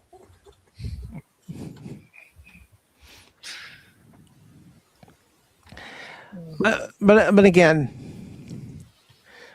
opinion, it's subjective. And my opinion is that it's mid. It's not going to blow your socks off. And it's not going to make you rush out and go see it again. Well, even Adam turning into He-Man in front of people, like, dude, what are we doing? It's like, no, that's not how it works. Adam is not supposed to be turning into He-Man in front of everybody. And if he does turn into He-Man in front of anyone besides Cringer, it would be Arco and Man-at-Arms. Or the Sorceress. Although, because it was even touched up on in the original Filmation cartoon, Queen Marlena knew all along that Adam was He-Man. Why? Because in that episode she says, a mother always knows. Yep. That's right. She did. Yeah. Yes. And she was proud of Adam for what he was doing. Yes, definitely. Of course. So again, this is a mid movie. It's a 5 out of 10. Or if you want to have a scale of 1 through 5, it's a 2 out of 5. It doesn't blow my socks off. It doesn't make me say, "Oh yeah, folks, this is the best movie of 2026." No, not like Spider Noir. for being a TV show. Spider Noir's good. I'm looking forward I to know. tomorrow's The stream. best. Yeah, it's a lot of potential there. Yep. Mhm. And I'm looking forward to watching episodes 5 and 6 with all of you tomorrow. I'm Yeah, looking it's forward to it too. Just, I just, it's like every time with the panel, and like I know you want to show respect to these people. I've never seen like Travis Knight attack fans or anything, but it's like, dude. So you pay for a convention, you finally get to be up there and whatever. You see the panel of everybody from He-Man. It's like, guys, you missed this. It's like, do you understand why people are so passionate about this? And Travis Knight, you said you've known about this show for the is He there a watched reason you it didn't? as a kid, supposedly. Right. Yeah. Why did you forget about these things though, man? Like, you can be respectful to them unless they're being a dick to you, I guess. You but- want to know my opinion on that, Cash? yeah. It's because who's currently running Mattel, and I think those in so. charge at Amazon MGM. Do you think that it's possible Travis Knight, like some of these other people, just like Remy, Sam Raimi, and some of these other people that wanted to do things and they were like told, we're not going to do that or something? I mean, That's possible. It's possible if Amazon and Mattel are adamant that certain things be put into the movie, and that you got Travis Knight as the director, who is just going to be one of those yes men. Yeah, Mhm. which is not good, because if you really believe in that, you want to make something spectacular that we haven't seen in a long time, then you can't I don't want to say bend the knee. I know people, I guess it's okay to say, but just keep that integrity going. But if he's a yes man, no, that's fine. No, dude, you're not showing that you really care so much about this property like you claim to. Oh, I'm a big super fan of this. Okay, then prove it. Mm-hmm. And again, I'm not going to discourage somebody from seeing it. I'm not going to encourage somebody to see it.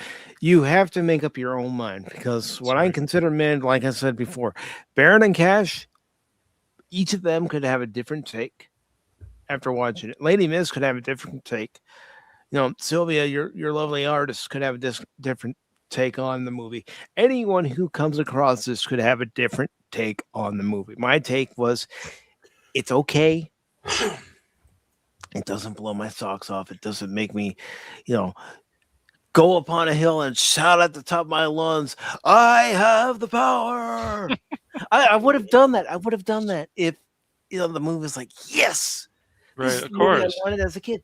Because there have been Yes. people who, in their opinion, have said that this is the movie they wanted as a kid. That's fine. That's their opinion. Right. Yeah, I've seen some comments of that. Some people were really happy about this movie. But there is definitely a lot of mixed feelings about this. Yeah, there is. It's definitely a movie that's going to divide the fan base. Mhm. Isn't that always great? Dividing the fan base. I know you don't. I know you don't want to hear that, but it's a movie that's going to divide the fan base. Well, Transformers 1 divided the fan base too. Don't forget that, especially with that first trailer. Of course, man. Mhm. I mean, then when my brother saw the first trailer, he went, "What?" He said, "That's not." I said, "I know." And I bring that up because the first trailer for Masters of the Universe divided the fan base. I mean, hell, I used one of the clips from the trailer for a thumbnail for Pop Talk. Well, yeah, because it was just an EVS. Some of these other people, and I like, they can feel they want, but how they want about, but they start going around attacking fans. It's like, look, it doesn't matter if it's a joke or it's a meme, or the question is, should it be in a He-Man movie? The answer should probably no. I don't see how an answer should be yes. Certain characters, it's fine to have them tell the jokes because that's how the characters have been depicted. Arco in particular. Of course. But Man at Arms is always looking at a situation analytically. Yes. Yes, he is. And trying to do what's best, not for himself, but for the king and queen, Adam, and all of Eternia. Yes. He wants his troops to be in tip-top shape. He wants them to be ready for battle at any moment. Mm-hmm. That's right.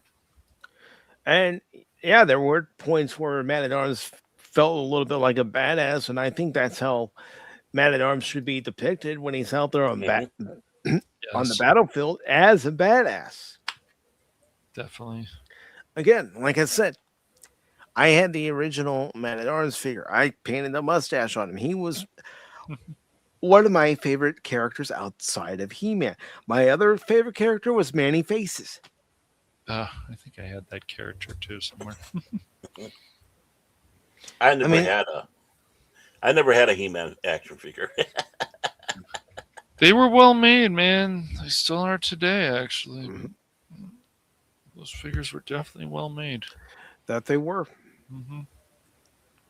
I mean, gosh, some of the characters I had, of course, I had Buzz Off, I had Mechaneck, I had Roboto, I had Stinkor, I had, of course, Trapjaw. I mean, Trapjaw was one of my other favorite characters because you can interchange his laser and his hook, and you can put his string through the top of his helmet and just have him slide. And, Cobra Khan. Yeah, And what was fun about that figure is you could fill it up with water and then put That's the head right. back on and squirt the Oh, water right. out. yeah. I mean, I mean, this I- movie I actually can- had some good marketing. The toys and so on, good Oh, marketing. It was yeah, not you, as you can't say they weren't pushing the marketing, especially in this last week. They're heavily pushing it. They were releasing scenes from the movie, which was very hard to avoid yeah. A lot of because movies are showing they're way too much in the trailers. yeah they were, in my opinion, are desperate to get people to come see this movie. Mm-hmm. And again, for anyone who's just coming in, I only saw it because I had a gift card and I had a $4 off coupon for my ticket. So I took advantage of that. Yeah. But I will say it, I'm not getting rid of this baby. Oh no, I'm not getting rid of this baby at all. Grayskull is mine. Yeah, but it reminds you of a movie that you Mike thought was has the mid. power. Well, I'm just gonna get to a point.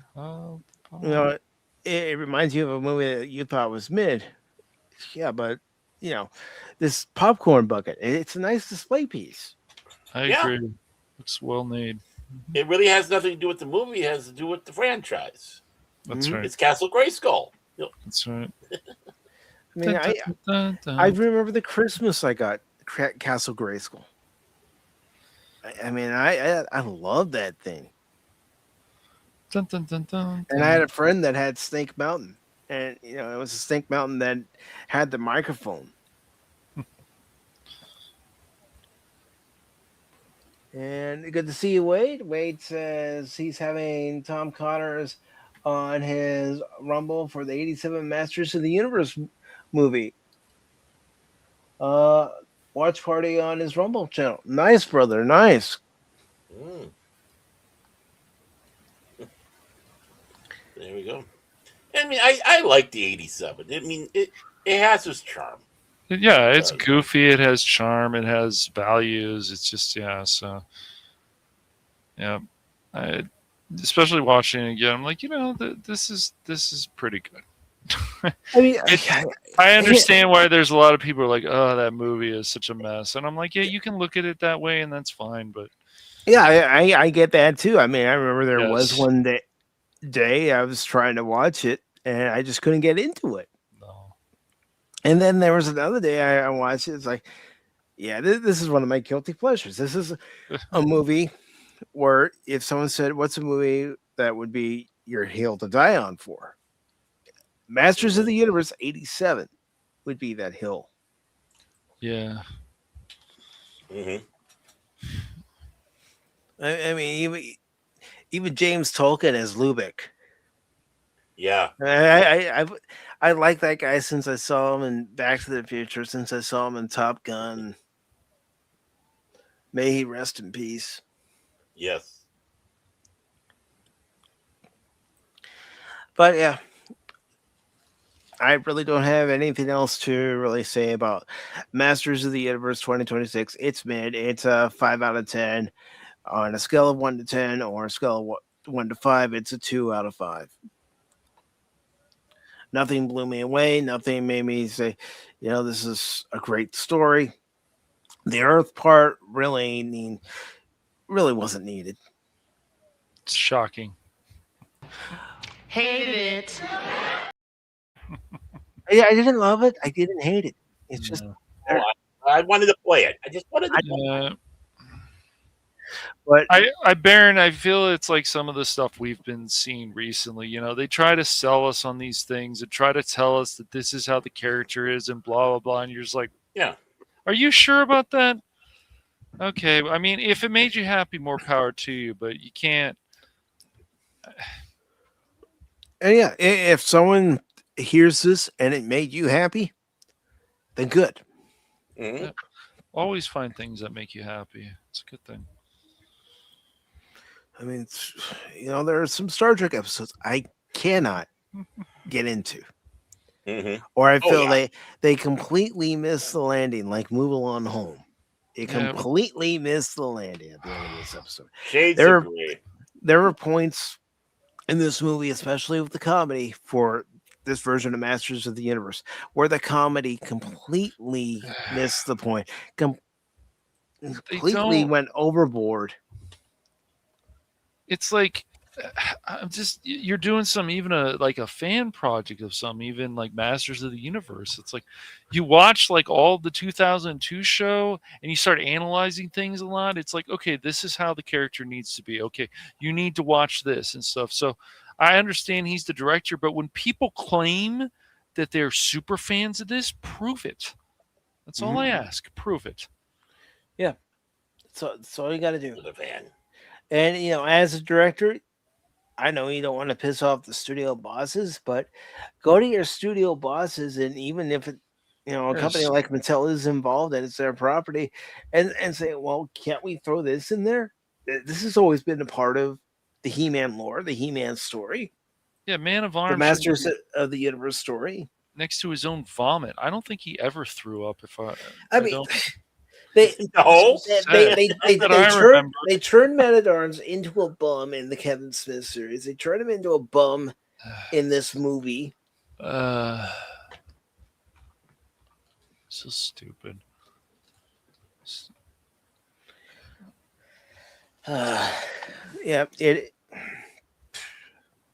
is. It's a damn shame. But again, this movie's mid for me.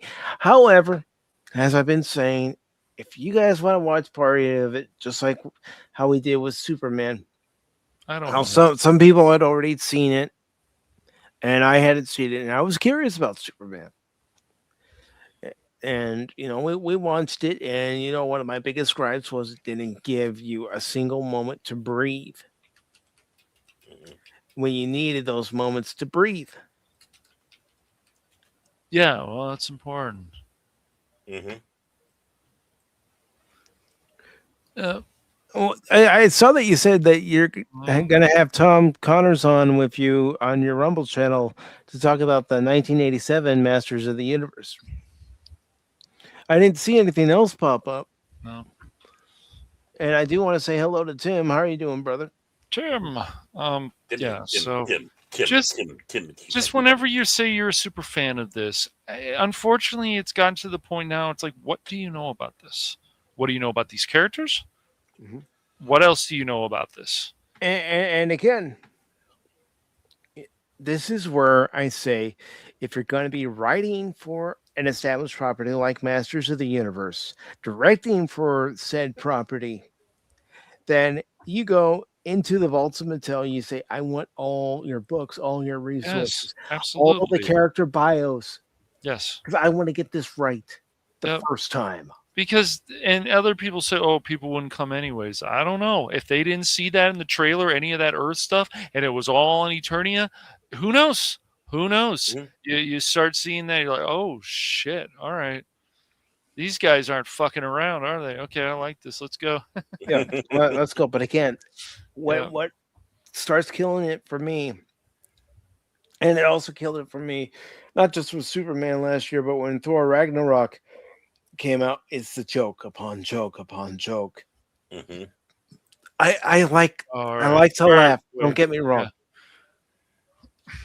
Yeah. I like to laugh. I like to laugh. But I like to laugh. I like comedic humor. But Well, I don't yeah. need it over and over and No, there's certain humor in He-Man. It's just like anything. You can't put humor in something else that we can put humor. Why not? Why can't they do that? Because it's not the best idea. Because the humor isn't the same in all these different properties. That's the whole thing. These franchises, they're all different. All the humor is different. Remember when we watched Happy Gilmore 2? Ugh, yes. And I started moaning and groaning because Yeah. they're saying the same jokes over again. They were trying Yes. to do jokes that weren't landing. Yes. Mhm. Yep. Lightyear did the same thing. They repeat the same thing. It's like, dude, this is not his crew. They're quirky. It's like, did you guys ever watch the old animated movie of freaking Buzz Lightyear? It's always the same thing. Guys, this is not what the crew is about. They should not be this way. Make them this way again. They're great. It's crazy. Let's repeat the same thing. It's like, do you think we're always stupid? Is that your problem? Do you want to just treat us like we're idiots all the time? Like we can't see this stuff for ourselves? When we know about this property for years and years and more and more and more years.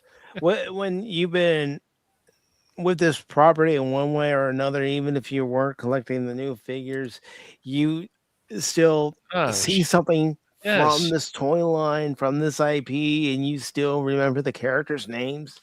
Yep. It's just so funny to me. People always want to talk about it's just one thing. No, it's everything. It's the marketing. It's all this stuff that we had seen for years and years. The He-Man She-Ra movie, for example, you go to Universal, they had people dressed up. I've said this before, but this was great marketing. It was a different time, but it was still great marketing. Made sense. Yeah. Oh, look, these people are dressed up for the kids, and then they can meet these people. Going into Toys R Us, and you had people dressed up as He-Man, Arco, the Sorceress, and if it was a special event where you presented a coupon, yes, and you got a toy. I mean, I remember my mom was excited about finding out the information that they were going to have a Masters of the Universe event. So we went to the Toys R Us, and of course it's no longer there, in Oceanside, California. Yeah. And there they had someone dressed up as He-Man, they had someone dressed up as Arco, they had someone dressed up as the Sorceress in full costume. And guess what? And that's how I got I got Yes. Zor. I remember getting into the car, taking Zor out of the box and playing with it right away. Those costumes, the funny thing is, like, whatever they did, they cared a lot because those were good costumes. You went to Universal, they had good costumes. You're like, oh shit, these were not cheap. These do not look cheap. So yeah. Which is, I think, important, especially if you're doing good marketing. It was in Oceanside, California. This Toys R Us. Granted, it's no longer there. No Toys R Us is really there anymore. No, Toys R Us made some terrible financial decisions a few years ago. They're kind of coming back, but they're, yeah. But yeah, I mean, it's just, I'm just not, I just always scratch my head. It's like, okay, you guys say you know this property, prove it. Let's see, and please prove it. I'm a super fan of this. I'm okay. Why'd you do this, and this in your movie? Why did you do this, and this in the TV show? Why'd you do this in the book? Why did you change these things? Why did you feel they needed to be changed?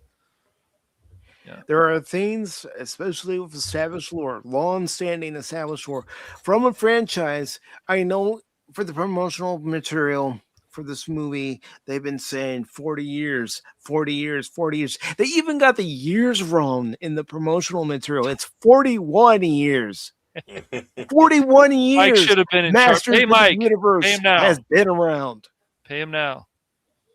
Pay him now. I know. And they'll be like, oh, well, we were close enough. It's like, no, you should get it Get completely it right. right. Get it right, That's right.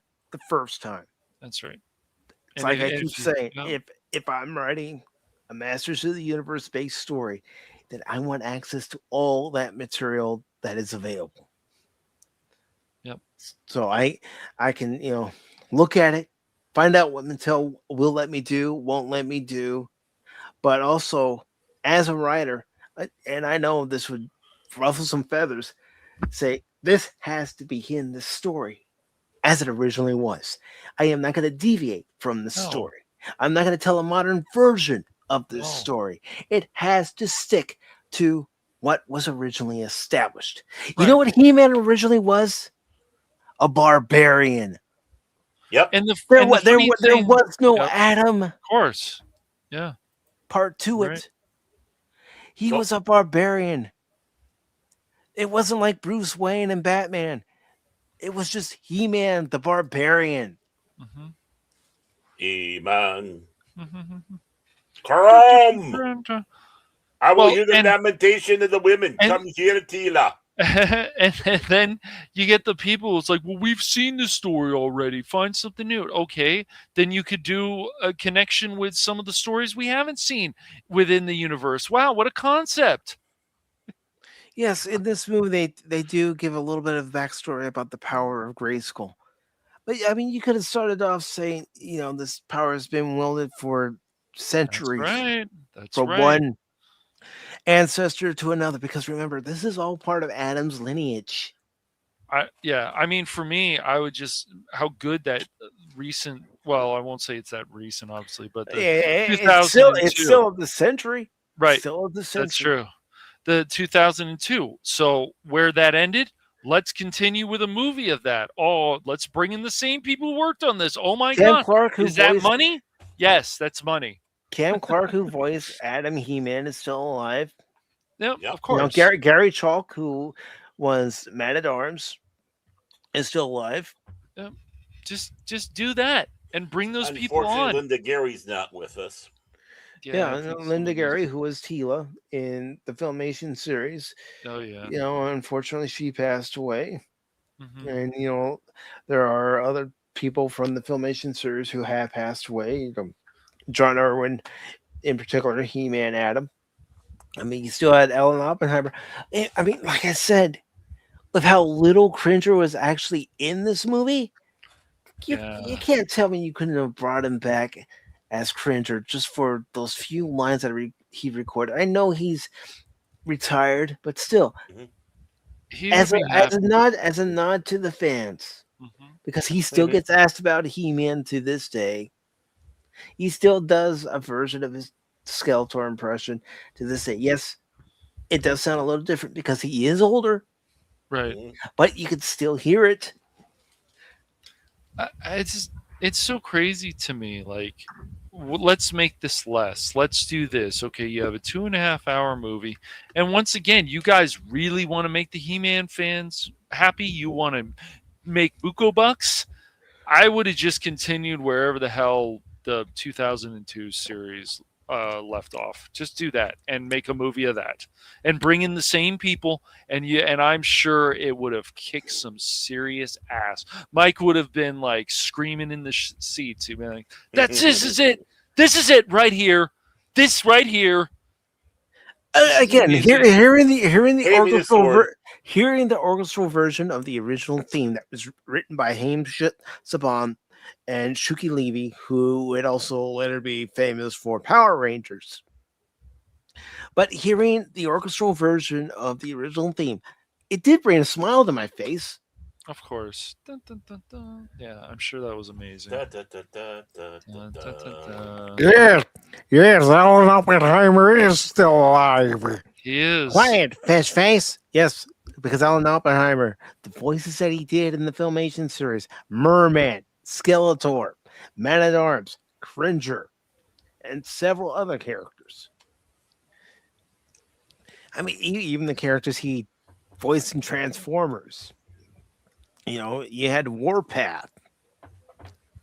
being one of them in particular. Wham, bam, yeah, we're gonna power some Decepticons. Yeah, I know, but I know some might say you're taking it off topic, Mike. Alan Oppenheimer is who I'm talking about right now. Masters of the Universe, his voice acting skills. Yeah, I mean, it's just Sea Spray was the other character he did amongst many other characters. It's just so funny because they're like, oh, well, the fans are going to complain if they did this. It's like, no, dude. It's like they tell the same story again, and it's like, yeah, but if they do it well, that's important. And if they just wanted to continue something like the 2002 and then make a movie from that, I think that would make a lot of people happy. I don't know why it wouldn't. You bring in the same people, you just kick the shit out of all this stuff and say, bam, that's how you do it. Boom, right there. Again, I'm not here to show for any TV show, show for any movie. Right. I'm here to give you my perspective on that movie. Yep. Again, you don't have to agree with my opinion.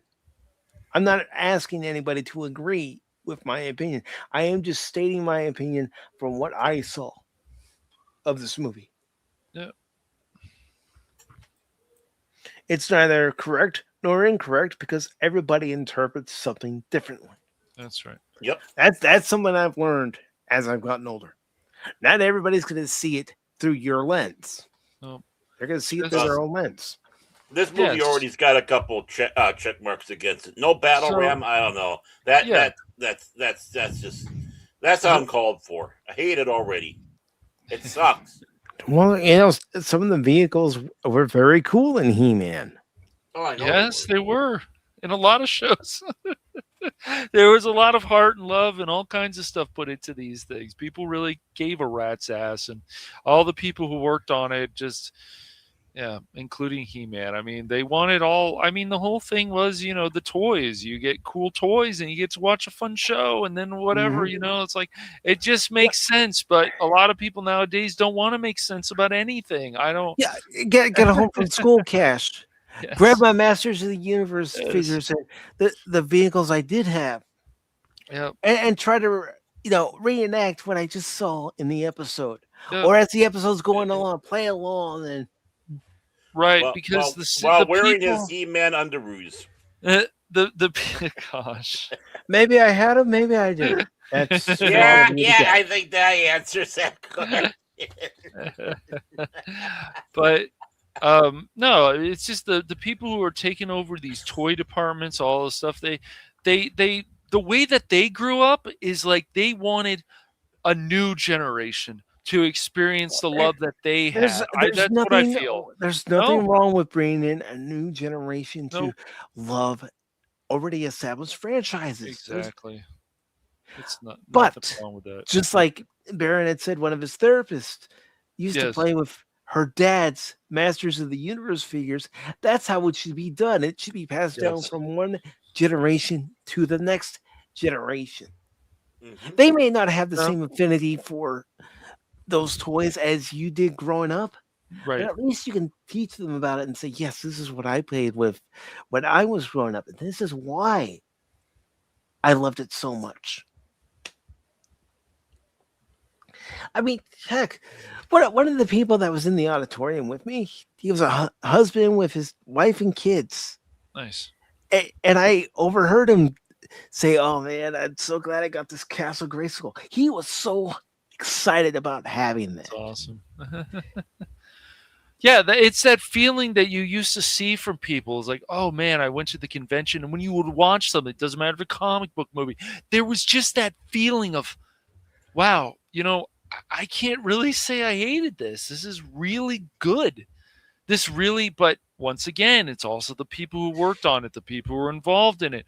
It makes a difference. But when you're Travis Knight, I'm a big fan of He-Man. I'm okay. Well, dude, you open that door, so people have a right to say, I don't know. And you know what, Tim? Gary Chalk, who has the distinction of being in some very popular franchises, Transformers being one of them, and then He-Man being the other, has a distinction of voicing He-Man in the New Adventures of He-Man, and then in the 2002 series, voicing the Man-at-Arms, amongst other characters. Mm-hmm. I could see Mike right now. Man of Arms is going to be this race. No, I can hear Amazon right now. If Mike was working on, Man at Arms is going to have certain That's personality traits that have always fit the character. Again, he will tell a joke every now and then, but he's not all about telling the jokes every single time. He's serious. He's supposed to be the mentor. He's supposed to be the leader.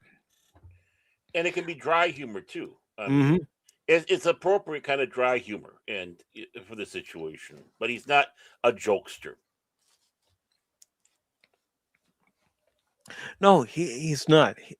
He knows how to get into Adam's head and say, what would He-Man do in this situation? When Adam's scared, it's like, Man at Arms is right. It's time to become He-Man and take care of things. Not do anything about, it's all about my feelings. All about my feelings. Because that is something they even say in this movie. What do your feelings say? It's like, oh, come on. My feelings say I should hold aloft my magic sword and say, by the power of Grayskull, I have the power. And then kick ass.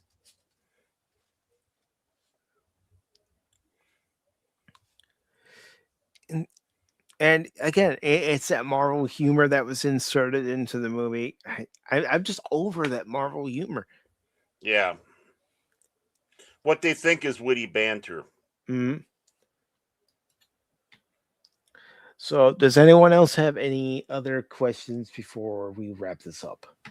Justice for Battle Rams. Yeah. Yeah. Other than that, no. Sounds like a good report. Yeah, I just told my brother what you thought of the movie, so he's like, "Ooh." and again, you and your brother could go to AMC or Regal when they have their discount movie nights. Go see this and have a different opinion. Baron could go see it, have a different opinion. Baron and I. Tim could go see it, have a completely different opinion. We'll watch it somewhere else. Excuse me. Oh, yeah. Wow. Are you okay? Wade could go see it and have a different opinion. Yeah. Lady Miss could go see it, have a different opinion. Now, of course, she might bring her dragons because there are dragons on Eternia. There are. That's true. Yeah. Sylvia could go see it and have a different opinion. Everybody can have a different opinion. My thoughts are this movie's mid. It's not something I have to watch again. It's not something I have to watch in the near future, although we will, because I want other people's opinion. Besides my own.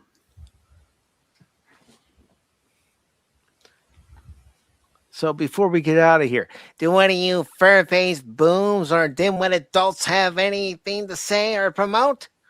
Nope. Drugs. No, I'm just kidding. Oh, yeah. Whiplash?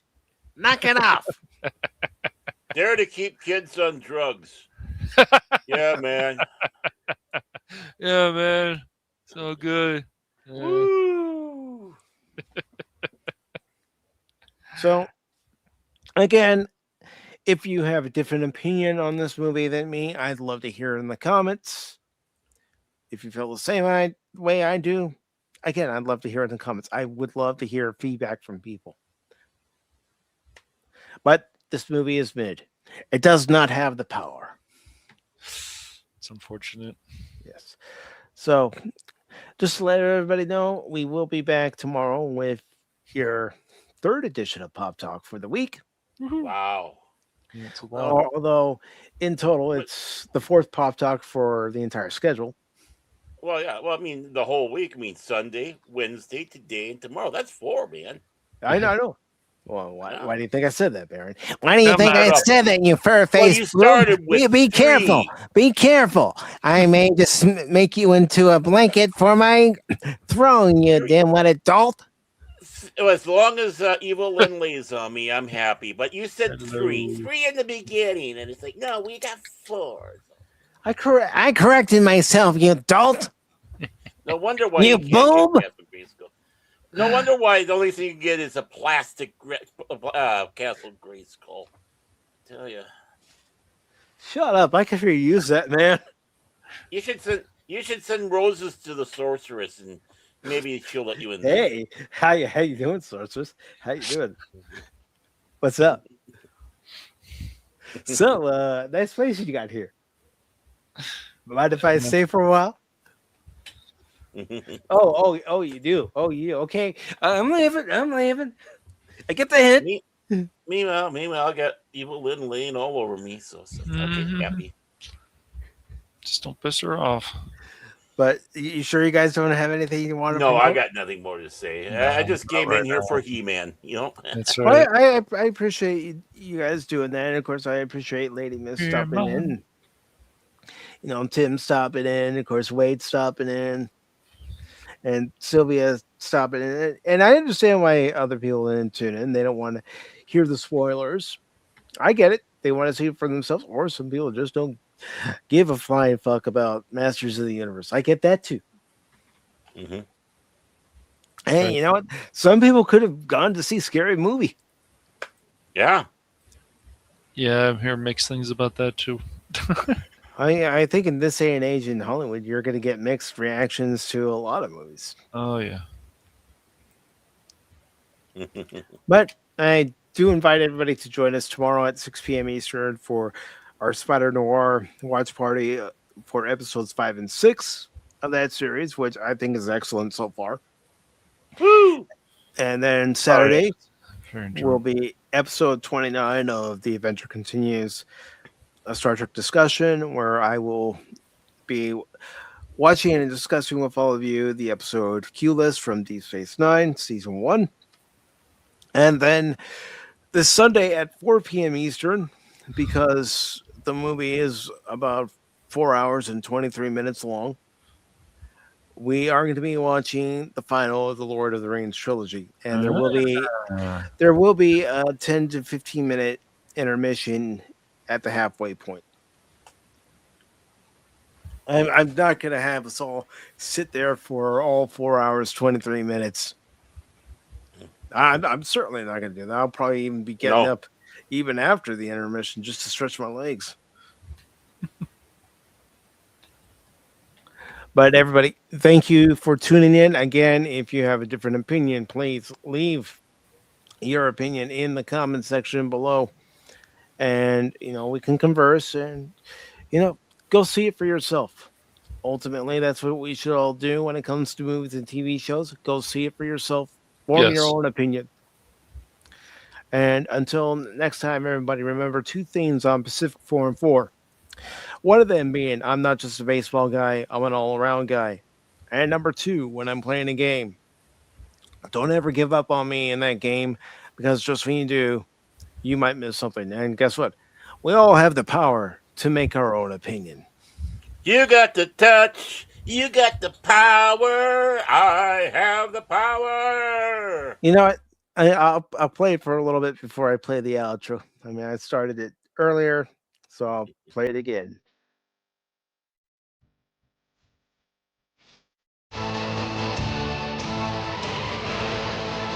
Yeah!